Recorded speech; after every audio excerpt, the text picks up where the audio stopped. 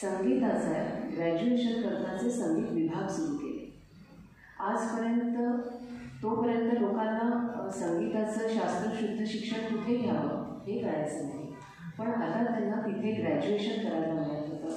त्यामुळे बाबांचे अनेक शिष्य ज्यांनी BA आणि MA म्युझिकमध्ये केलं ते तिथे प्राध्यापक लेक्चरर म्हणून रुजू झाले आणि अनेक छोट्या मोठ्या गावांमध्ये गडचिरोली असो, चंद्रपूर डिस्ट्रिक्ट असो, नागपूर युनिव्हर्सिटी जिथे जिथे होती तिथे तिथे त्यांनी संगीत विभाग सुरू केले.